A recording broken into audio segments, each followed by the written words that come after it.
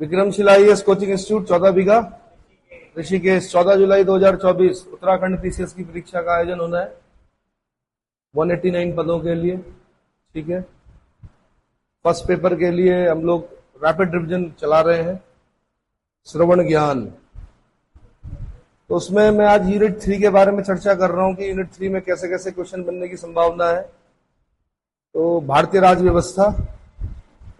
व्यवस्था वाला जब पोर्शन आप पकड़ते हैं तो उसमें सबसे पहले राष्ट्रीय है, फिर अंतर्राष्ट्रीय है, फिर भारत का संविधान है, भारतीय राजनीति है, पंचायती राज को अलग से कंसिडर कर रखा है, लोक नीति है, अधिकारों से संबंधित मुद्दे हैं, फिर उत्तराखंड की राज्य व्यवस्था है ना। ये मेन हेडिंग्स है इसकी। तो अब क्या होता है कि जैसे आप पहला वाला पोर्शन पकड़ते हैं राष्ट्रीय, तो इसमें बहुत सारी चीजें आएंगी, जैसे संसदीय प्रणाली, गठबंधन की राजनीति, क्षेत्रवाद, जातिवाद, सांप्रदायिकता, आतंकवाद, नक्सलवाद। तो इन सब चीजों के बारे में जल्दी से नहीं मिलता है किताबों में, बट जो आपको किताब लगा रखी है मैंने, उसमें सब चीजें मिलेंगी आपको। जातिवाद, सांप्रदायिकतावाद, आतंकवाद, नक्सलवाद, क्षेत्रवाद, है ना। और अनुसूचित जाति, अनुसूचित जनजाति, अन्य पिछड़ा वर्ग, अल्पसंख्यक, ये सब, लिंग राजनीति, भारत में चुनाव सुधार। ठीक है, पर पहले वो वाला पोर्शन पकड़िए आप जो आपको आता है ढंग से, जैसे भारत का संविधान, पहले उसको पकड़ लीजिए। वो क्वेश्चन गलत नहीं होना चाहिए आपका। तो अगर भारत के संविधान की बात करता हूं तो सबसे पहले भारत में संवैधानिक विकास है। ठीक है, कॉन्स्टिट्यूशनल डेवलपमेंट ऑफ इंडिया। अब इससे क्या क्वेश्चन बन सकते हैं, तो भाई इसका तो बहुत बड़ा क्षेत्र है, लेकिन फिर भी हल्का हल्का हम देखते हैं कि सबसे पहले आपने देखना कि भारत का जो संवैधानिक विकास हुआ वो 2 हेडिंग्स में पढ़ते हैं हम लोग। पहला पढ़ते हैं ब्रिटिश ईस्ट इंडिया कंपनी के अंतर्गत, ब्रिटिश ईस्ट इंडिया कंपनी के अंतर्गत, और दूसरा पढ़ते हैं ब्रिटिश क्राउन के अंतर्गत। तो ब्रिटिश ईस्ट इंडिया कंपनी के अंतर्गत आपने रेगुलेटिंग एक्ट 1773 से लेके 1853 के चार्टर एक्ट तक पढ़ना है। क्या पढ़ना है? अब इनके बीच में से क्या पूछेगा ये तो भविष्य के गर्भ में है। क्या पूछेगा तो पेपर जब हाथ में आएगा तभी पता चलेगा। पर आपको 1773 का regulating act, British India act, charter act 1793, charter act 1813, charter act 1833, charter act 1853, ये इस पर कमांड होनी चाहिए। ठीक है, हल्का हल्का अगर मैं बोलूं, माना अगर पूछ लिया कि 1773 के रेगुलेटिंग एक्ट से क्या पूछ सकता है वो, तो ब्रिटिश प्रधानमंत्री कौन थे? लॉर्ड नॉर्थ थे उस समय। उन्होंने एक गुप्त समिति बनाई, सीक्रेट कमेटी बनाई, उसकी सिफारिश पर एक एक्ट पारित हुआ जिसको क्या बोला गया? 1773 का रेगुलेटिंग एक्ट बोला गया। इसका मुख्य उद्देश्य क्या था? तो कंपनी के कार्यों को ब्रिटिश और ब्रिटेन दोनों स्थानों पर नियंत्रित करना, साथ में कंपनी में जो व्याप्त दोष थे उनको समाप्त करना। कंपनी की गतिविधियों के जो 2 केंद्र थे, एक इंग्लैंड था और एक भारत था। ठीक है, अब इसमें क्या हुआ? तो जो क्वेश्चन बन सकते हैं, जो सबसे इंपॉर्टेंट क्वेश्चन बन सकता है 1773 के रेगुलेटिंग एक्ट से, वो ये बन सकता है कि भाई 1 बाय 1 बता देता हूं मैं, पहले मोटी मोटी चीजें बताता हूं कि इंग्लैंड में 2 संस्थाएं थी।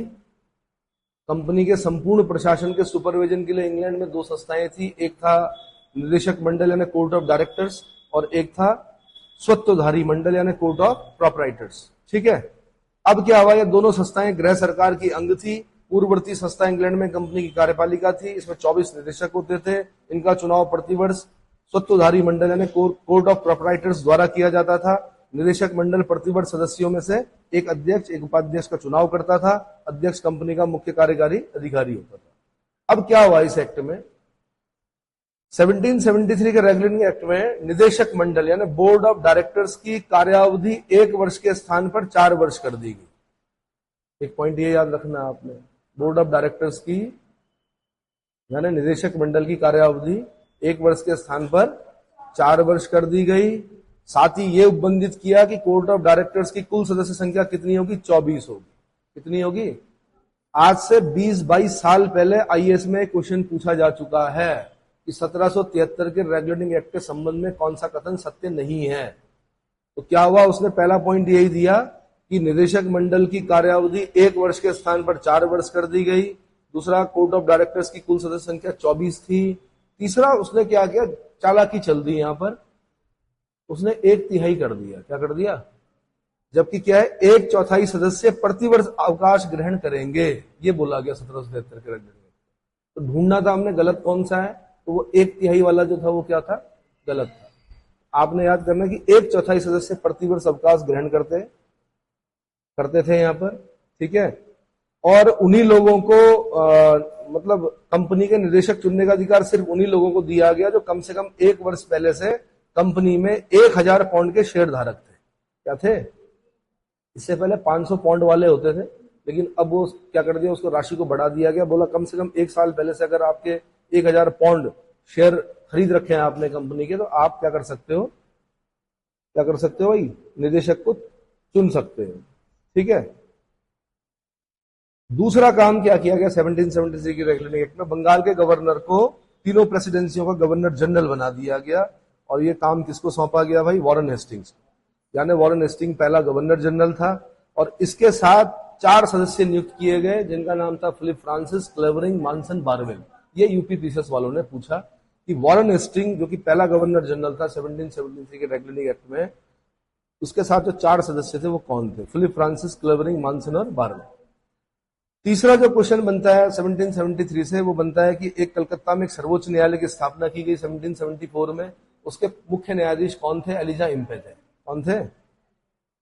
एलिजा इम्पे के साथ 3 अन्य न्यायाधीश कौन थे, ये यूपी वालों ने पूछा, चैम्बर्स, लिमिस्टर, हाइड। उत्तराखंड क्या पूछेगा, मैंने कहा वो भविष्य के गर्भ में है, अभी पेपर आते ही पता चल जाएगा। और ये भी मत सोचना कि इसमें से 10 क्वेश्चन बनेंगे। जब हम 1773 से लेकर 1853 तक पढ़ेंगे, तब हो सकता है एक क्वेश्चन मिल जाए हमें। और मैंने कहा ब्रिटिश क्राउन के साथ भी पढ़ना है आपने, 1858 के एक्ट से लेकर और माउंटबेटन योजना 1947 तक पढ़ना है, ठीक है। तो इन सबको मिलाकर एक क्वेश्चन अगर बन गया तो सफल हो जाएगा हमारा क्या रिवीजन जो है। तो मैं मोटा मोटा जल्दी जल्दी बता रहा हूं। Elijah Impey, Chambers, Lemaistre, Hyde. 3 अन्य न्यायाधीश कौन थे, चैम्बर्स, लिमिस्टर, हाइड। अब इस पर ज्यादा नहीं जाते हैं। फिर 1781 में एक एक्ट आया वैसे, ठीक है, जिसको कि क्या बोलते हैं, अमेंडिंग एक्ट बोलते हैं, या बंगाल जुडिकेचर एक्ट 1781 भी बोलते हैं, ठीक है। इसमें क्या किया गया, कलकत्ता की सरकार को यानी बंगाल की सरकार को बंगाल, बिहार, उड़ीसा के लिए विधि यानी लॉ बनाने का प्राधिकार प्रदान किया गया, ठीक। मुझे लगता है इतना ही पूछेगा यहां से। और गवर्नर जनरल इन काउंसिल को सर्वोच्च न्यायालय की अधिकारिता से मुक्त कर दिया। गवर्नर जनरल इन काउंसिल को सर्वोच्च न्यायालय की अधिकारिता से मुक्त कर दिया गया। उसके बाद आता है पिट्स इंडिया एक्ट। सबसे पहले पिट्स कौन है, प्रधानमंत्री है ब्रिटेन का, वो एक एक्ट लेके आता है जिसका नाम इंडिया एक्ट होता है, इसलिए इसको बोलते हैं पिट्स इंडिया एक्ट 1784।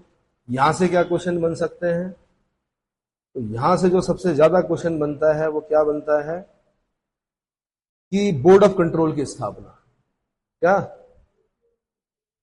नियंत्रक मंडल की स्थापना किस एक्ट से की गई, 1784 के एक्ट से की गई। नियंत्रण मंडल यानी बोर्ड ऑफ कंट्रोल, ये कहां पर था, ये इंग्लैंड में था। इसमें कितने सदस्य थे, इसमें 6 सदस्य थे। कितने थे, 6 सदस्य थे।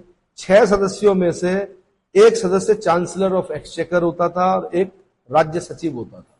क्या होता था, और ये कहां बैठते थे, ये इंग्लैंड में बैठते थे, ठीक है। बाकी जो 4 होते थे वो प्रीवी काउंसिल के सदस्य होते थे। उसके सदस्य प्रीवी काउंसिल के सदस्य होते थे।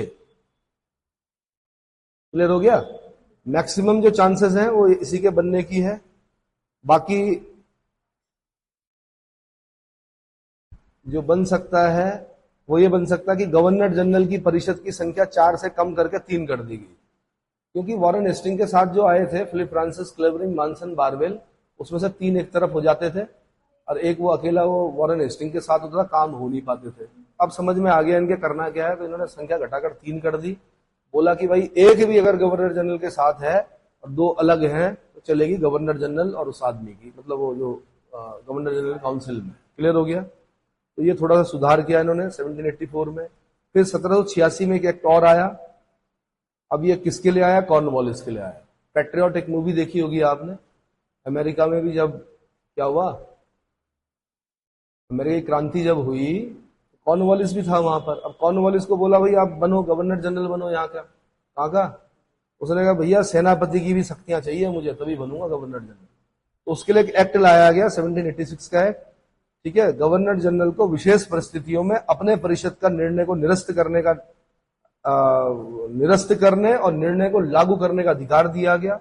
उसे कहा गया कि वो अपनी परिषद के निर्णय को क्या निरस्त कर सकता है, अपने निर्णय को लागू कर सकता है, और साथ में गवर्नर जनरल को प्रधान सेनापति की शक्तियां किस एक्ट से दी गई, 1786 के एक्ट से दी गई। क्लियर हो गया। फिर आता 1793 का चार्टर एक्ट। क्या आता है? 1793 का चार्टर एक्ट। इस एक्ट द्वारा क्या किया गया, नियंत्रण मंडल यानी बोर्ड ऑफ कंट्रोल, जो कि कहां बैठा हुआ, ब्रिटेन में बैठा हुआ। कहां बैठा हुआ? ब्रिटेन में बैठा हुआ है। उसको, उसके सदस्यों को भारतीय राजस्व से वेतन देने की व्यवस्था की गई। क्या की गई? भारतीय राजस्व से वेतन देने की व्यवस्था की गई, ठीक है।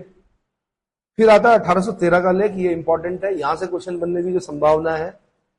नंबर 1, ईसाई मिशनरियों को भारत में आने की छूट दी गई। क्या दी गई? यानी धर्म प्रचार इनका एक मुद्दा था, इनका जो एम था धर्म प्रचार भी था कि ये देश ईसाई बन जाए। तो ईसाई मिशनरियों को भारत में आने की अनुमति दी गई। दूसरा, कंपनी का जो व्यापारिक एकाधिकार था उसको समाप्त कर दिया गया, चाय और चीन को छोड़कर। चाय और चीन के साथ व्यापार को छोड़कर कंपनी का व्यापारिक एकाधिकार क्या कर दिया गया, समाप्त कर दिया गया। तो ईसाई मिशनरियों को भारत में धर्म प्रचार की आज्ञा, 1813 का राजलेख या चार्टर ऑफ 1813। दूसरा, भारतीयों की शिक्षा पर 1 लाख रुपए खर्च करने का प्रावधान, ये भी 1813। बाद में आपको पता है इस पर विवाद हुआ, फिर लॉर्ड विलियम बेंटिंग ने शायद मैकॉले को बिठाया, मैकॉले ने वो विवाद निपटा दिया। विवाद पैसों का था कि प्राच्य शिक्षा पर खर्च करना है या पाश्चात्य शिक्षा पर खर्च करना है। बाद में पैसे का लड़ाई होती है और जब पैसा बट गया तो लड़ाई विवाद भी क्या हो गया, अपना समाप्त हो गया, ठीक है। भारतीय शिक्षा पर 1 लाख रुपए खर्च करने का प्रावधान 1833 चार्टर एक्ट, तो सॉरी 1813 का चार्टर एक्ट। और जो अन्य काम हुआ इसमें क्या हुआ, जो बड़ा काम है वो तो ये हुआ कि व्यापारिक एकाधिकार समाप्त कर दिया गया। लेकिन जब पूछेगा कि पूर्ण रूपेण व्यापारिक एकाधिकार समाप्त कर दिया गया, तब 1813 आंसर नहीं होता है, तब 1833 बोलना है आपने। यानी चाय और चीन के साथ व्यापार को भी समाप्त कर दिया, एकाधिकार, मोनोपोली जो है वो क्यों किया इन्होंने। उनकी समझ में आ गया कि व्यापार से उतना लाभ नहीं है जितना राजनीति में। इस देश पर जब शासन करने में जो लाभ है उससे ज्यादा लाभ व्यापार में नहीं है, ठीक है। 1833 का राजलेख, चार्टर एक्ट ऑफ 1833, इसमें बोला गया कि व्यापारिक एकाधिकार पूर्ण रूपेण समाप्त कर दिया गया। पूर्ण रूपेण मतलब चाय और चीन को भी क्या कर दिया गया, समाप्त कर दिया गया, ठीक है। दूसरा काम इसमें क्या किया गया, बंगाल के गवर्नर जनरल को संपूर्ण भारत का गवर्नर जनरल बना दिया गया। यानी देश की शासन प्रणाली का केंद्रीकरण किस एक्ट के द्वारा किया गया, आंसर 1833 का राजलेख या चार्टर एक्ट ऑफ 1833। 1833 समझ में आ गया, ठीक। उसके बाद चौथे सदस्य की नियुक्ति की गई, विधि सदस्य की, 1833 के एक्ट से, और वो कौन था, मैकॉले था। कौन था?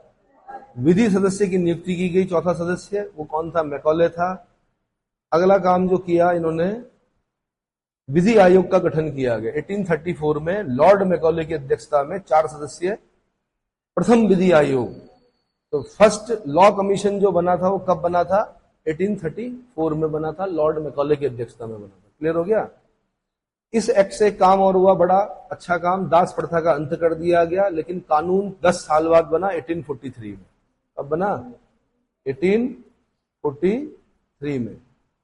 साथ में इस अधिनियम में एक धारा 87 था, उसमें बोला गया कि कंपनी में जो सरकारी पदों का चयन होगा उसमें किसी भी व्यक्ति को धर्म, मूलवंश, जन्म स्थान, रंग के आधार पर अयोग्य नहीं ठहराया जाएगा। क्या नहीं ठहराया जाएगा? धर्म के, जन्म स्थान, मूलवंश, रंग के आधार पर अयोग्य नहीं ठहराया जाएगा। यानी कंपनी में जो नौकरी करेंगे उसमें भेदभाव नहीं करेंगे, ठीक है। अच्छा, मैंने अभी थोड़ी देर पहले बताया आपको कि संपूर्ण भारत का गवर्नर जनरल बना दिया गया। वो कौन बना? वो लॉर्ड, नहीं भाई, 1833 में Lord William Bentinck. Lord William Bentinck भारत का प्रथम गवर्नर जनरल बना 1833 के एक्ट से। इतना क्लियर हो गया, ठीक। अगर क्वेश्चन पूछा कभी कि भारत के संविधान निर्माण का आंशिक संकेत किस चार्टर में दिखाई देता है, तो 1833 के चार्टर में दिखाई देता है। इस चार्टर में लॉर्ड मैकॉले के साथ साथ जो जेरेमी बेंथम और जेम्स मिल का भी विशेष प्रभाव दिखाई देता है। उसके बाद पढ़ते हैं 1853 का राजलेख। 1853 के राजलेख में क्या हुआ था भाई? डलहौजी पता है आपको, है ना? डलहौजी द्वारा कंपनी के शासन में सुधार हेतु जो रिपोर्ट प्रस्तुत की गई थी, उसके संदर्भ में ये एक्ट लेके आया गया था, राजलेख। इसमें क्या किया गया? भारत के लिए एक 12 सदस्यीय Vidhan Parishad, all India legislative council की स्थापना की गई। क्या की गई? विधायी कार्यों को प्रशासनिक कार्यों से पृथक करने की व्यवस्था की गई। विधायी कार्यों को प्रशासनिक कार्यों से, विधायी बोलते हैं लेजिस्लेटिव और प्रशासनिक बोलते हैं एडमिनिस्ट्रेटिव, तो उनको क्या कर दिया गया? पृथक कर दिया गया। विधि निर्माण के लिए भारत में एक 12 सदस्यीय विधान परिषद की स्थापना की गई 1853 के एक्ट से। ठीक है। क्षेत्रीय प्रतिनिधित्व का सिद्धांत कहां पर दिखाई देता है हमको? सबसे पहले 1833 के एक्ट पर दिखाई देता है, क्योंकि विभिन्न क्षेत्रों और प्रांतों के प्रतिनिधियों को इस ऑल इंडिया लेजिस्लेटिव काउंसिल का सदस्य बनाया गया। तो हम बोलेंगे क्षेत्रीय प्रतिनिधित्व का सिद्धांत कहां पर दिखाई देता है? 1853 के एक्ट में दिखाई देता है। क्लियर हो गया? जो विधि सदस्य था उसको गवर्नर जनरल की परिषद का पूर्ण सदस्य बना दिया गया। 1833 में बन गया था विधि सदस्य 14 सदस्य, पर टेम्परेरी था। अब क्या बन गया? वो पूर्ण सदस्य बन गया। कब? 1853 के राजलेख में। और फिर आपकी दुश्मन कॉम्पिटिटिव एग्जामिनेशंस, प्रतियोगी परीक्षाएं कहां पर दिखाई देती हैं हमको? यहीं पर दिखाई देती हैं कि कंपनी के कर्मचारियों की नियुक्ति के लिए नामजदगी के स्थान पर, पहले नॉमिनेट होते थे, नामजदगी के स्थान पर प्रतियोगी परीक्षाओं को आधार बनाया गया। किस एक्ट में? 1853 के एक्ट में। क्लियर हो गया? फिर निदेशक मंडल के सदस्यों की संख्या 24 से घटाकर 18 कर दी। 24 से घटाकर, बोर्ड ऑफ कंट्रोल था 1773 के रेगुलेटिंग एक्ट में पढ़ा था हमने, बोर्ड ऑफ कंट्रोल, तो 24 थे वो। नहीं सॉरी, 24 नहीं, निदेशक मंडल बोल रहे हैं भाई, निदेशक मंडल। निदेशक मंडल मतलब court of directors, 24 court of directors थे। बोर्ड ऑफ कंट्रोल तो 6 थे, वो तो बाद में पढ़ते हैं हम। कहां पर? 1784 के एक्ट में, पिट्स इंडिया एक्ट में। ध्यान रखना, कोर्ट ऑफ डायरेक्टर्स पढ़ते हैं 1773 में, बोर्ड ऑफ कंट्रोल पढ़ते हैं 1784 में। मैं बात कर रहा हूं कोर्ट ऑफ डायरेक्टर्स की। 24 कोर्ट ऑफ डायरेक्टर 1773 के एक्ट में पढ़े थे, उनको घटाकर 18 कर दिया गया। किस एक्ट में? 1853 के एक्ट में, चार्टर एक्ट। ठीक है। उसके बाद आपको पता है 1857 का रिवोल्ट हुआ। उसके बाद एक एक्ट आया 1858 का एक्ट। जब 1857 का विद्रोह चल रहा था तो ब्रिटिश प्रधानमंत्री कौन था? पाल्मस्टन था। कौन था? ये भी क्वेश्चन बना। 1857 के समय जब रिवोल्ट हो रहा था तो उस समय ब्रिटेन का प्रधानमंत्री कौन था? तो लॉर्ड पाल्मस्टन था। ठीक है। तो 1858 का एक्ट आया, उसके बाद तो चेंजेस होने थे, तो क्या किया गया? भारत का शासन, मतलब भारत में ईस्ट इंडिया कंपनी का शासन समाप्त कर दिया गया और भारत का शासन ब्रिटिश ताज को दे दिया गया, ब्रिटिश क्राउन को दे दिया गया। और ब्रिटिश क्राउन भी आपको पता है अपने पार्लियामेंट के माध्यम से, संसद के माध्यम से अब यहाँ का शासन क्या करेगा? चलाएगा। ठीक है। इसी के साथ साथ एक चीज और हुई थी, महारानी विक्टोरिया की घोषणा। उसकी डेट याद रखनी है आपने, 1 नवंबर 1858 को, 1858 को। और इसको कैनिंग ने पढ़ा था इलाहाबाद में। किसने पढ़ा था? लॉर्ड कैनिंग ने इलाहाबाद में पढ़ा था। अब फिर 1858 के एक्ट में आते हैं तो court of directors, board of control, दोनों को समाप्त कर दिया गया। कोर्ट ऑफ डायरेक्टर्स कौन से? 1773 वाले। बोर्ड ऑफ कंट्रोल कौन से? पिट्स इंडिया एक्ट वाले। इन दोनों को समाप्त कर दिया गया। अब क्या किया गया? एक भारत सचिव की नियुक्ति की गई, secretary of state for India की नियुक्ति की गई। Secretary of state for India ये ब्रिटिश संसद और ब्रिटिश मंत्रिमंडल का सदस्य होता था, वहीं बैठता था ये ब्रिटेन में। भारत सचिव कहां बैठता था? तो ब्रिटिश संसद और ब्रिटिश मंत्रिमंडल का सदस्य होता था भारत सचिव यानी secretary of state for India. इसके लिए क्या किया गया, एक 15 सदस्यीय भारत परिषद बनाई गई जिसको इंडिया काउंसिल कहा गया। क्या कहा गया? इंडिया काउंसिल यानी भारत परिषद बोला गया। इसमें से 8 सदस्यों की नियुक्ति ब्रिटिश क्राउन करता था, 7 सदस्यों की नियुक्ति कंपनी के डायरेक्टर्स करते थे। ठीक है, कम से कम 9 सदस्य ऐसे होते थे 15 सदस्यों में से जो कि कम से कम 10 वर्ष तक भारत में सेवा दे चुके हों पहले। ठीक, शासन के इस भाग को क्या बोला गया, यानी भारत सचिव और भारत परिषद। भारत सचिव यानी secretary of state for India और उसकी भारत परिषद यानी 15 सदस्य जो भारत परिषद है, इसको होम गवर्नमेंट का नाम दिया गया। क्या नाम दिया गया? भारत सचिव, उसकी परिषद के सदस्यों का वेतन, अन्य खर्चे भारतीय राजस्व से दिए गए। कहां से? आगे चल के पढ़ेंगे, खत्म किया जाएगा इसको। क्या किया जाएगा वहां पे, फिर मैं याद दिलाऊंगा आपको कि भारत सचिव और उसकी परिषद जो कि ब्रिटेन में है, उनका वेतन कहां से दिया जा रहा? भारतीय राजस्व से दिया जा रहा है। भारत सचिव अपनी परिषद के सदस्यों को पद से नहीं हटा सकता था। क्या नहीं कर सकता था? पद से नहीं हटा सकता था। भारत सचिव भारत परिषद का अध्यक्ष होता था। 15 सदस्य जो भारत परिषद थी उसका अध्यक्ष कौन होता था? भारत सचिव होता था। भारत सचिव को गवर्नर जनरल और वायसराय के आवश्यक एवं गुप्त पत्र अपनी परिषद को बिना बताए भेजने या प्राप्त करने का भी अधिकार था। इसमें एक काम और हुआ कि जो अभी तक भारत का गवर्नर जनरल था उसको अब क्या बोला गया? भारत का गवर्नर जनरल एंड वायसराय। और वो कौन बना? कैनिंग बना। कौन बना? Lord Canning. ठीक है भाई, कौन बना?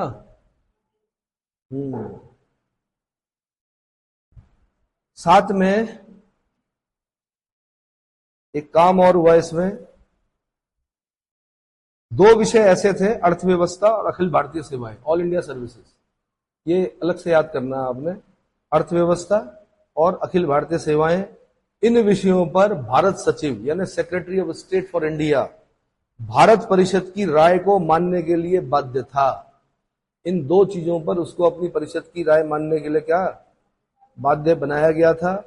अन्य सभी विषयों पर वह उनकी राय को ठुकरा सकता था। ठीक है, उसे अपने कार्यों की वार्षिक रिपोर्ट कहां भेजनी पड़ती थी? ब्रिटिश संसद के समक्ष प्रस्तुत करनी पड़ती थी और अनिवार्यता प्रस्तुत करनी पड़ती थी। क्लियर हो गया? क्लियर हुआ? ठीक है, इसमें ज्यादा नहीं कर रहे अब हम। इसमें एक चीज और हुई, 1861 में ही सबसे इसके बाद 1861 का एक्ट पढ़ते हैं, इंडियन काउंसिल एक्ट 1861। इसमें क्या हुआ? पॉलिसी ऑफ एसोसिएशन और बेनेवोलेंट डिस्पोटिज्म यानी सहयोग की नीति और उदार निरंकुशता कहां पर देखने को मिलती है हमें? ये यूपी वालों ने पूछा।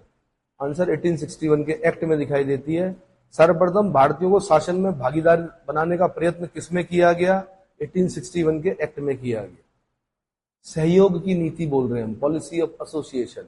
साथ में हम बोल रहे हैं बेनेवोलेंट डिस्पोटिज्म यानी निरंकुशता, कोई अंकुश नहीं है लेकिन कैसी? उदार निरंकुशता, बेनेवोलेंट डिस्पोटिज्म 1861। क्लियर हो गया? अच्छा जी, इसमें जो क्वेश्चन बनने की संभावना है वो कहां से है? गवर्नर जनरल की जो परिषद थी उसमें 6 से 12 सदस्यों की वृद्धि करने का अधिकार दिया गया जो मनोनीत होते थे। सभी क्या होते थे? इस अधिनियम में वायसरॉय की परिषद में अधिक सुविधा से कार्य करने के लिए नियम बनाने की अनुमति दी गई, जिसके आधार पर लॉर्ड कैनिंग ने भारत में विभागीय प्रणाली यानी पोर्टफोलियो सिस्टम की शुरुआत की। आईएएस का क्वेश्चन है, 2002 में पूछा जा चुका है। पोर्टफोलियो सिस्टम किसके द्वारा शुरू किया गया? लॉर्ड कैनिंग के द्वारा किया गया। लॉर्ड कैनिंग कैसे कर पाया? क्योंकि 1861 में इस प्रकार की व्यवस्थाएं की गई थी। पोर्टफोलियो सिस्टम याद करना आपने। ठीक है, कैनिंग ने क्या किया? विभिन्न विभाग भिन्न भिन्न सदस्यों को दे दिए। जैसे आज होते हैं मंत्रालय होते हैं, ये रक्षा मंत्री है, वित्त मंत्री है, ये क्या कोयला खनन मंत्री है। तो ऐसी अलग अलग जो विभाग थे वो अलग अलग सदस्यों को दे दिए और उन विभागों को प्रशासन का जो अधिकार दिया गया उन्हीं व्यक्तियों को दिया गया। इस प्रकार भारत में मंत्रिमंडलीय व्यवस्था की नींव किस एक्ट से पड़ी? आंसर 1861 के एक्ट से। मंत्रिमंडलीय व्यवस्था की नींव कहां पर देखने को मिलती है? आंसर 1861 के एक्ट में। अध्यादेश जारी करने का अधिकार दिया गया, ऑर्डिनेंस 123 में पढ़ते हैं राष्ट्रपति का ऑर्डिनेंस, राज्यपाल का 213 में पढ़ते हैं वही ऑर्डिनेंस, वैसे ही अध्यादेश दिया गया जारी करने का अधिकार किसको? Governor general and vice Roy को। संकटकालीन की दशा में क्या विधान परिषद की अनुमति के बिना अध्यादेश जारी करने का अधिकार। तो अध्यादेश याद रखना आपने 1861, क्या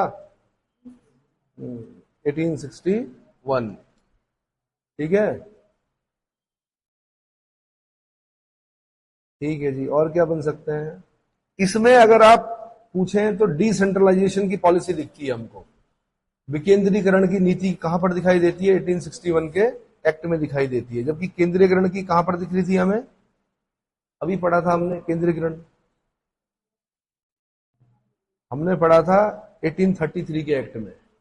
1833 में हमें क्या दिखाई देता है?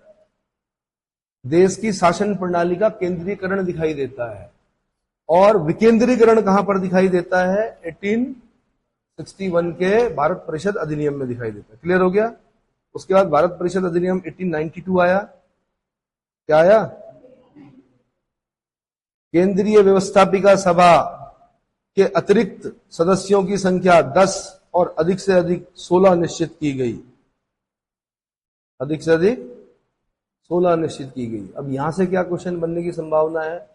निर्वाचन पद्धति का आरंभ, निर्वाचन पद्धति का आरंभ कहां पर दिखने को दिखता है हमें? आंसर भारत परिषद अधिनियम 1892 में दिखाई देता है। क्या? निर्वाचन पद्धति का आरंभ। और निर्वाचन कैसे होता था? यानी प्रांतीय परिषदों के गैर सरकारी सदस्य जैसे नगर पालिका, जिला बोर्ड, विश्वविद्यालय, वाणिज्य मंडल द्वारा अप्रत्यक्ष रूप से निर्वाचित किए जाते थे। ठीक है, इन्हें मनोनीत सदस्य कहा जाता था। प्रश्न पूछने का अधिकार दिया गया भाई। 6 दिन पहले नोटिस देना पड़ता था, है ना, भारतीय सदस्यों को बजट पर बहस करने, और 6 दिन के नोटिस पर प्रश्न पूछने का अधिकार किस एक्ट में दिखता है? 1892 के एक्ट में दिखाई देता है। अनुपूरक प्रश्न नहीं पूछ सकते थे, अनुपूरक प्रश्न नहीं पूछ सकते थे। उसके बाद आता है आपका 1909 का एक्ट, बहुत इंपॉर्टेंट। मुसलमानों के लिए पृथक निर्वाचक मंडल की व्यवस्था किस एक्ट में दी गई? आंसर 1909 के एक्ट में। मिंटो मार्ले सुधार बोलते हैं। मिंटो कौन? मार्ले कौन? भारत सचिव। मिंटो कौन? वाइस रॉय। मार्ले कौन? भारत सचिव। ठीक है। मुसलमानों के लिए जो पृथक निर्वाचक मंडल की व्यवस्था दी गई, इसमें क्या है? इसमें मॉर्ले ने लिखा मिंटो को, हम नाग के दांत बो रहे हैं, इसका फल भीषण होगा। पाकिस्तान के बीज बो दिए इन्होंने। क्या बो दिए? जो पाकिस्तान बना ना आगे चलकर, मुस्लिम लीग, जो भी चीजें हुई, जो इन्होंने कार्य किए हैं, वो इस अधिकार की वजह से हुए। मुसलमानों के लिए पृथक निर्वाचक मंडल, पृथक मताधिकार, पृथक निर्वाचक मंडल की व्यवस्था। फूट डालो और राज करो की नीति कहां पर दिखाई देती है हमें? 1909 के एक्ट में दिखाई देती है। कहां दिखाई देती है? बजट की विवेचना। अब क्या हुआ? प्रांतीय विधान परिषदों की शक्ति में वृद्धि की गई। बजट की विवेचना करने, लोकहित के विषयों पर चर्चा करने, अनुपूरक प्रश्न पूछने आदि आदि का अधिकार दे दिया गया ने। प्रांतीय विधान परिषदों में क्या हो गई? उनकी शक्तियों में वृद्धि हो गई। क्लियर हो गया? अब क्या हुआ इस एक्ट में? 1909 के मिंटो मार्ले सुधार में एक बड़ी चीज हुई कि सबसे पहले भारत परिषद और वाइस रॉय की कार्यकारिणी परिषद में भारतीय सदस्यों को सम्मिलित किया गया। तो सबसे पहले भारत परिषद में यानी इंडिया काउंसिल में जो 2 भारतीय क्या हुए? सम्मिलित हुए। उनका नाम था केसी गुप्ता और सैयद हुसैन बिलग्रामी। ये क्वेश्चन बन चुका है, यूपी का क्वेश्चन रहा है पीसीएस में, कि भारत परिषद में पहली बार जो 2 भारतीय सदस्य शामिल हुए थे वो कौन थे? तो केसी गुप्ता और सैयद हुसैन बिलग्रामी। ठीक है। एक काम और हुआ, वाइस रॉय की कार्यकारिणी परिषद में पहले भारतीय सदस्य की नियुक्ति की गई, जिनका नाम था सर, बाद में लॉर्ड बोला गया इन्हें, लॉर्ड एसपी सिन्हा, सत्येंद्र प्रसन्न सिन्हा। ठीक है भाई, बिहार से थे ये SP Sinha ji, Lord SP Sinha. तो वाइस रॉय की कार्यकारिणी परिषद में सम्मिलित होने वाला पहला भारतीय SP Sinha, Lord SP Sinha. Clear हो गया? उसके बाद 1919 के एक्ट में आते हैं सीधे मॉन्टेग्यू चैम्सफोर्ड सुधार। मॉन्टेग्यू कौन? भारत सचिव। चैम्सफोर्ड कौन? वॉइस रॉय। ठीक है, इसमें क्या हुआ? इसमें जो सबसे इंपॉर्टेंट पॉइंट है वो ये है कि प्रांतों में द्वैध शासन की व्यवस्था की गई। क्या की गई? प्रांतों में द्वैध शासन की व्यवस्था की गई। जो सबसे इंपॉर्टेंट, जो सबसे ज्यादा बार पूछा जाता है। ठीक है, अब भाई प्रांतों में द्वैध शासन की स्थापना का मतलब क्या होता है? डायरची का मतलब क्या होता है? डायरकी का मतलब, तो प्रांतीय विषयों को दरअसल दो भागों में बांट दिया गया। एक थे सुरक्षित विषय, रिजर्व सब्जेक्ट बोला जाता था। दूसरे थे हस्तांतरित विषय यानी ट्रांसफर्ड सब्जेक्ट। सुरक्षित विषयों में क्या आता था? राजस्व, इंपॉर्टेंट चीजें, मतलब न्याय, वित्त, पुलिस, ये किस में आ गया?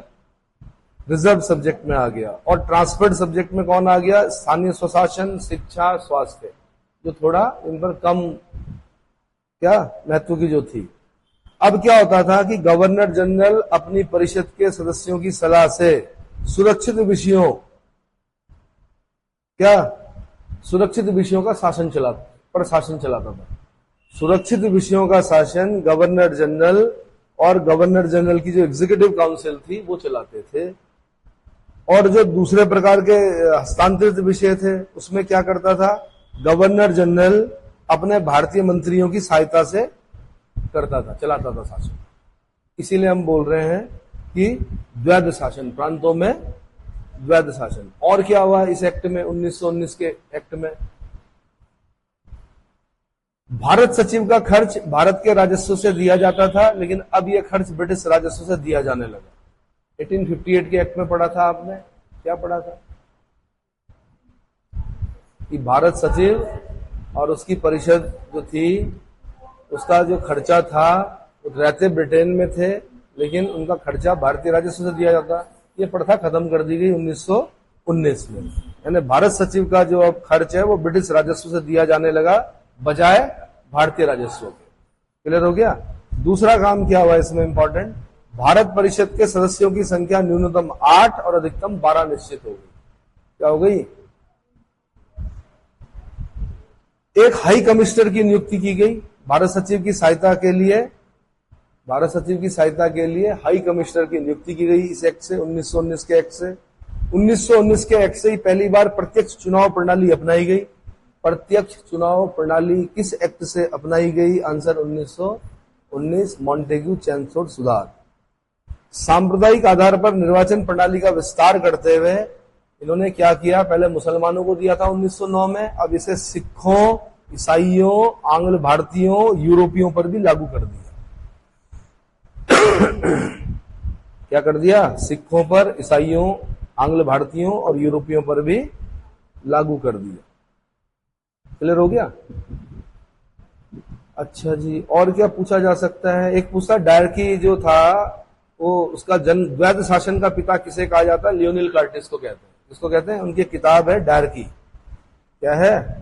तो द्वैध शासन का जन्मदाता किसे माना जाता है? लियोनिल कार्टिस को माना जाता है। अच्छा, 1919 के एक्ट में ही भारत में एक लोक सेवा आयोग का गठन का प्रावधान किया गया। क्या किया गया? लोक सेवा आयोग के गठन का प्रावधान किस एक्ट में किया गया? आंसर 1919। एक महालेखा परीक्षक की नियुक्ति का अधिकार भी दिया गया भारत सचिव को। महालेखा परीक्षक, जिसको आज आप controller and auditor general of India बोलते हैं, उस समय महालेखा परीक्षक बोलते थे। ठीक है, तो इसकी नियुक्ति का अधिकार किसको दिया गया? भारत सचिव को दिया गया इसी एक्ट में। केंद्रीय बजट को राज्य बजट से पृथक कर दिया गया। किस एक्ट से? मॉन्टेग्यू चैम्सफोर्ड सुधार से। क्लियर हो गया?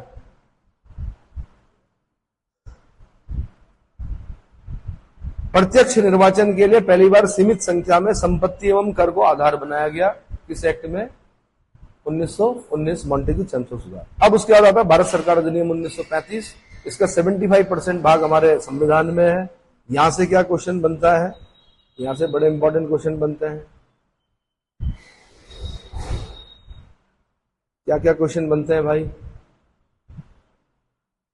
तो सबसे पहले बनता है, एक अखिल भारतीय संघ की स्थापना किस एक्ट से हुई? भारत सरकार अधिनियम 1935 से हुई। अखिल भारतीय संघ की स्थापना तो उस अखिल भारतीय संघ में क्या थे, 11 ब्रिटिश प्रांत थे, 6 कमिश्नरी थी और साथ में कुछ देसी रियासतें थी जो स्वेच्छा से इसमें शामिल होना चाहती थी। ठीक है, स्वैच्छिक। 1 अप्रैल, अच्छा, दूसरा जो सबसे इंपॉर्टेंट पॉइंट है, 1935 भारत सरकार अधिनियम से प्रांतों में द्वैध शासन को समाप्त कर दिया गया, प्रांतों को स्वायत्तता दे दी गई, केंद्र में द्वैध शासन लगाया गया। क्या किया गया? केंद्र में द्वैध शासन लगाया गया। यहां पर भी वही थे, रक्षित विषय, हस्तांतरित विषय। रक्षित विषयों में क्या था? प्रतिरक्षा, विदेशी मामले, धार्मिक विषय, जनजातीय क्षेत्र। ठीक है, और हस्तांतरित विषयों में क्या था? कम महत्वपूर्ण विषय थे। तो गवर्नर जनरल वायसरॉय एक तो अपनी परिषद से चलाता था रक्षित विषयों का शासन, और हस्तांतरित विषयों का भारतीय मंत्रियों की सहायता से। एक फेडरल कोर्ट की स्थापना की गई इस एक्ट में। 1935 के भारत सरकार अधिनियम में संघीय न्यायालय की स्थापना की गई दिल्ली में। वहां पर अधिकतम 6 न्याय, मतलब एक मुख्य न्यायाधीश 1+6, एक मुख्य न्यायाधीश और 6 अन्य न्यायाधीश होने थे इसमें। 1 अक्टूबर 1937 से इस न्यायालय ने अपना कार्य करना शुरू कर दिया। क्लियर हो गया? इस न्यायालय के जो पहले मुख्य न्यायाधीश थे वो थे सर मॉरिस ग्वेयर। कौन थे? Sir Maurice Gwyer. और जो 6 अन्य न्यायाधीश थे उनमें 2 भारतीय न्यायाधीश भी थे जिनका नाम था M.R. जैकब और जस्टिस M.S. सुल्तान। मैंने कहा जो सुप्रीम कोर्ट समझ लो एक तरह से, जो फेडरल कोर्ट है यही आगे चलकर क्या बनता है? सुप्रीम कोर्ट बनता है। तो जो फेडरल कोर्ट है इसके जो पहले मुख्य न्यायाधीश थे वो कौन थे? Sir Maurice Gwyer. अब जब आजाद हो जाएंगे हम तब बनेंगे हीरालाल जे कानिया। तब कौन बनेंगे? लेकिन 1937 में जो चीफ जस्टिस थे वो कौन थे? Sir Maurice Gwyer. उनके साथ 6 अन्य न्यायाधीश थे जिनमें 2 भारतीय थे। उनके नाम याद करने हैं, जस्टिस M.R. जैकब और जस्टिस M.S. सुल्तान। क्लियर हो गया? अच्छा जी, तो फिर क्या है इसमें और क्या क्या इंपॉर्टेंट है? बहुत बड़ा एक्ट है 1935 का एक्ट दरअसल। ठीक है, इसमें और क्या पॉइंट आ सकते हैं, क्वेश्चन क्या बन सकते हैं, बताइए।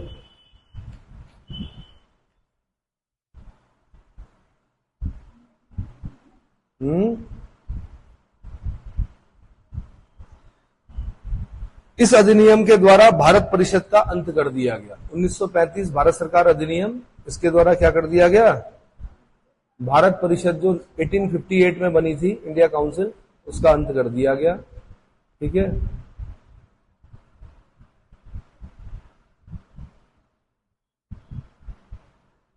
तो वही पंडित नेहरू ने कहा ये अनेक ब्रेकों वाली इंजन रहित गाड़ी है।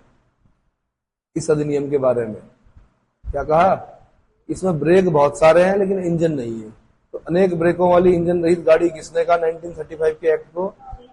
जवाहरलाल नेहरू ने कहा। जिन्ना ने क्या कहा? पूर्णतः सड़ा और मूल रूप से बुरा।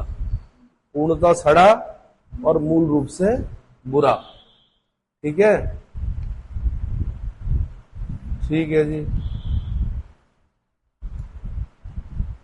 अच्छा, इसी एक्ट से एक काम और किया गया था, बर्मा को भारत से अलग कर दिया गया था। बर्मा को भारत से अलग कर दिया गया। 2 नए प्रांत बनाए गए थे, उड़ीसा और सिंध। उड़ीसा और सिंध। ठीक है, फिर बाद में चुनाव होते हैं 1937 के। 1937 में जब चुनाव होता है तो 5 प्रांतों में पूर्ण बहुमत मिलता है किसको? कांग्रेस को। ये 5 प्रांत याद करने पड़ते हैं, मद्रास, बिहार, उड़ीसा, मध्य प्रांत और संयुक्त प्रांत। ठीक है, पंजाब में कौन आई? Unionist party. बंगाल में कौन आई? कृषक प्रजा पार्टी। बंगाल में कौन आई? कृषक प्रजा पार्टी। 11 प्रांतों में चुनाव हुए थे विधानमंडलों के 1937। ठीक है भाई। तो संयुक्त प्रांत में तब बने थे भाई कौन? गोविंद बल्लभ पंत। संयुक्त प्रांत मतलब उत्तर प्रदेश में मुख्यमंत्री बने थे गोविंद बल्लभ 1937 में। ठीक है, बाकी आपको पता ही है। उसके बाद क्या हुआ था, वर्ल्ड वॉर शुरू हो गया था 1939 में। तो भारत को युद्धरत राष्ट्र घोषित कर दिया था बिना भारतीय मंत्रियों की सलाह के। तो इन्होंने त्याग पत्र दे दिया, प्रांतों की जो विधानमंडल थे उन्होंने क्या कर दिया, त्याग पत्र दे दिया। और मुस्लिम लीग ने मुक्ति दिवस मनाया। कब मनाया था मुक्ति दिवस? 22 दिसंबर 1939 को मुस्लिम लीग ने मुक्ति दिवस मनाया। 22 दिसंबर 1939 याद करना पड़ता है, ठीक है। फिर अगस्त प्रस्ताव आए। अगस्त प्रस्ताव कौन लेके आया? लॉर्ड लिनलिथगो लेके आया, 8 अगस्त 1940। अगस्त ऑफर बोलते हैं इसको, ठीक है। लेकिन वही औपनिवेशिक स्वराज की बात की उसने, लेकिन कांग्रेस और मुस्लिम लीग दोनों नाराज हो गए इससे, ठीक है। तो व्यक्तिगत सत्याग्रह चला भाई। फिर उसके बाद क्या चला? 17 अक्टूबर 1940 को पवनार आश्रम महाराष्ट्र में विनोबा भावे, आचार्य विनोबा भावे ने क्या कर दिया? व्यक्तिगत सत्याग्रह शुरू कर दिया अगस्त प्रस्ताव के विरोध में और युद्ध से अपने आप को अलग साबित करने के लिए। पवनार आश्रम महाराष्ट्र, विनोबा भावे। दूसरे सत्याग्रही कौन बने? जेल नेहरू बने। कौन बने? जेल नेहरू, जवाहरलाल नेहरू। और इस आंदोलन को दिल्ली चलो आंदोलन कहा गया। क्या कहा गया? दिल्ली चलो। उसके बाद क्रिप्स मिशन आया 1942 में, आपको पता है, ठीक है। विंस्टन चर्चिल, कौन? विंस्टन चर्चिल ने क्या किया कि सर स्टेफोर्ड क्रिप्स को भेजा, क्या करने के लिए? वार्ता करने के लिए। 23 मार्च 1942 को दिल्ली भेजा। 30 मार्च 1942 को इन्होंने क्रिप्स प्रस्ताव प्रस्तुत किए। जो क्रिप्स मिशन के साथ कांग्रेस के आधिकारिक जो वार्ताकार थे वो पंडित जवाहरलाल नेहरू और मौलाना आजाद थे। कौन थे? पंडित जवाहरलाल नेहरू और मौलाना आजाद। फिर वही मीठी मीठी बातें की इन्होंने, युद्धोपरांत नए संविधान की रचना की जाएगी, निर्वाचित संविधान सभा का गठन किया जाएगा, भारतीय संघ होगा, पूर्ण उपनिवेश का दर्जा दिया जाएगा, है ना। तो बहुत सारी बातें कही। गांधी जी ने कहा यार ये तो पोस्ट डेटेड चेक है। क्या है? Post dated cheque. किसको? क्रिप्स मिशन को, सर स्टेफोर्ड क्रिप्स। इतना समझ में आ गया? पोस्ट डेटेड चेक किसने कहा? महात्मा गांधी ने कहा। पट्टाभी सीतारामैया ने कहा कि अगस्त प्रस्ताव का परिवर्तित संस्करण मात्र है ये। कौन? क्रिप्स प्रस्ताव और अगस्त प्रस्ताव में ज्यादा अंतर नहीं है, खाली परिवर्तित संस्करण है। भारत छोड़ो आंदोलन चला भाई 1942, पता ही है आपको। 8 अगस्त 1942 बंबई, जिसको मुंबई बोलते हैं, उस समय बंबई बोलते थे, मुंबई, ग्वालियर टैंक मैदान, मौलाना अबुल कलाम आजाद की अध्यक्षता में अधिवेशन हुआ। अंग्रेजों भारत छोड़ो का प्रस्ताव किसके द्वारा प्रस्तावित किया गया? पंडित जवाहरलाल नेहरू के द्वारा प्रस्तावित किया गया। सरदार वल्लभ भाई पटेल ने इसका समर्थन किया, अंग्रेजों भारत छोड़ो का, ठीक है। गांधी जी ने कह दिया करो या मरो, डू और डाई। क्या कह दिया? डू और डाई। 9 अगस्त 1942 को आंदोलन की शुरुआत हुई। अगस्त क्रांति भी कहते हैं इसलिए इसको। क्या कहते हैं? ग्वालियर टैंक से भी क्वेश्चन पूछा हुआ है कि बंबई में वो जगह कौन सी थी? ग्वालियर टैंक, ठीक है। अगस्त क्रांति मैदान बोलते हैं उसे आज भी। क्या बोलते हैं? फिर वेवेल योजना आ गई। लॉर्ड वेवेल वाइसरॉय बना। वेवेल ने क्या किया? फिर एक योजना लेके आया, वेवेल प्लान, 14 जून 1945 को। उसने भी वही बोला, केंद्र में नई कार्यकारिणी परिषद का गठन किया जाएगा जी। वाइसरॉय परिषद में वाइसरॉय और सैन्य प्रमुख के अतिरिक्त से सभी सदस्य भारतीय होंगे। प्रतिरक्षा विभाग वाइसरॉय के अधीन होगा। कार्यकारिणी में मुस्लिम सदस्यों की संख्या हिंदुओं के बराबर होगी, है ना। ये कुछ ऐसी चीजें हैं। भारतीय स्वयं अपना संविधान बनाएंगे। फिर शिमला सम्मेलन हुआ 25 जून से 14 जुलाई 1945 को शिमला सम्मेलन हुआ। गांधी जी ने शिमला सम्मेलन में भाग नहीं लिया। मुस्लिम लीग चाहती थी कि वाइसरॉय की कार्यकारिणी परिषद में नियुक्त होने वाले सारे मुसलमानों का चयन मुस्लिम लीग करे। तो कांग्रेस ने कहा यार हम बेवकूफ थोड़े हैं, हमारे कांग्रेस में भी तो मुसलमान है, हम भी करेंगे। हो गया, फिर लड़ाई होगी। तो एक तरह से क्या, शिमला सम्मेलन विफल हो गया। फिर आया कैबिनेट मिशन। क्या आया? 1946 में आया क्लेमेंट एटली। कौन? आम चुनाव हुए। क्लेमेंट एटली के नेतृत्व में लेबर पार्टी, उदारवादी दृष्टिकोण वाली पार्टी क्या बनी? सत्ता में आई। 14 मार्च 1946 को प्रधानमंत्री एटली ने हाउस ऑफ कॉमन्स में घोषणा कर दी कि भारतीयों को स्वतंत्र होने का अधिकार है। अब क्या किया उन्होंने, कैबिनेट मिशन भेजा। कैबिनेट मिशन में कौन थे, यहां से क्वेश्चन बनता है। सर स्टेफर्ड क्रिप्स थे जो कि व्यापार बोर्ड के अध्यक्ष थे। सर पैथिक लॉरेंस थे जो कि भारत सचिव थे, पैथिक लॉरेंस भारत सचिव। और एवी अलेक्जेंडर जो थे वो नौसेना मंत्री थे। यूपी पीसीएस और आईएएस का क्वेश्चन रहा है ये, ठीक है जी। कैबिनेट मिशन के अध्यक्ष कौन थे, तो भूल के भी गलत मत कर देना, इसके थे पैथिक लॉरेंस। कैबिनेट मिशन के अध्यक्ष कौन थे, पैथिक लॉरेंस थे, ठीक है। दिल्ली कब पहुंचा, 24 मार्च 1946 को पहुंचा। दिल्ली कब पहुंचा कैबिनेट मिशन, 24 मार्च 1946 को पहुंचा।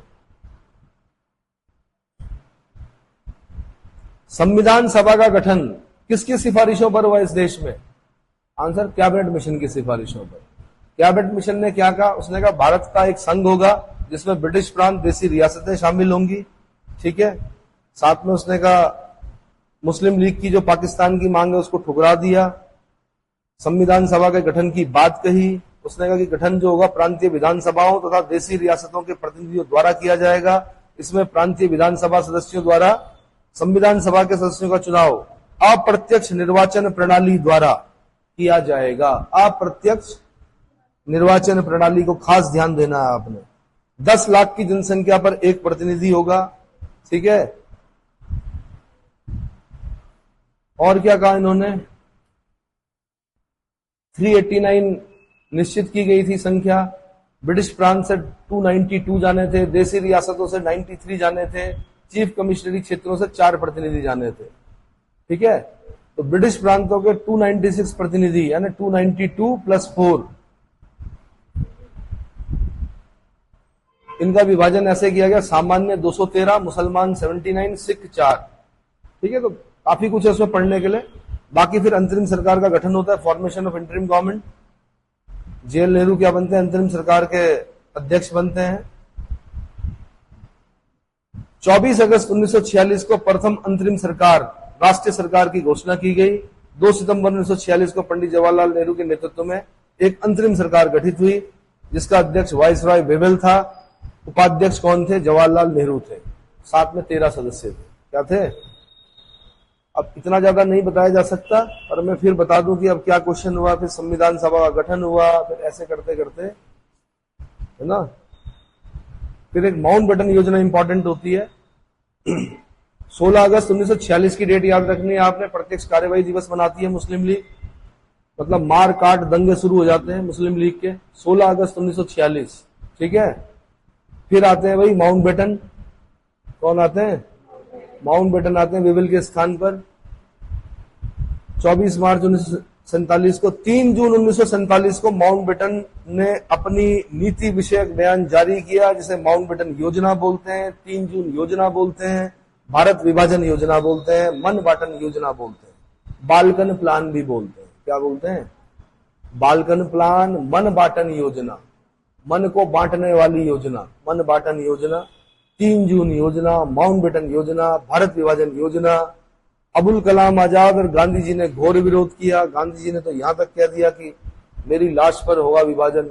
बाद में वो भी क्या हो गए, मान गए, ठीक है। गोविंद बल्लभ पंत ने भारत विभाजन का प्रस्ताव प्रस्तुत किया। मौलाना अबुल कलाम आजाद, सरदार पटेल, जवाहरलाल नेहरू ने उसका समर्थन किया।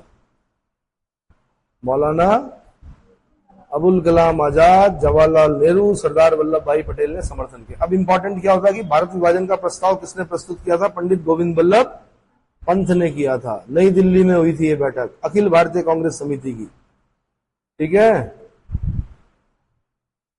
खान अब्दुल गफ्फार खान, चौथराम मिटवानी, पंजाब कांग्रेस के अध्यक्ष डॉक्टर सैफुद्दीन किचलू, पुरुषोत्तम दास टंडन, मौलाना हफीजुर रहमान ने विपक्ष में मतदान डाला था।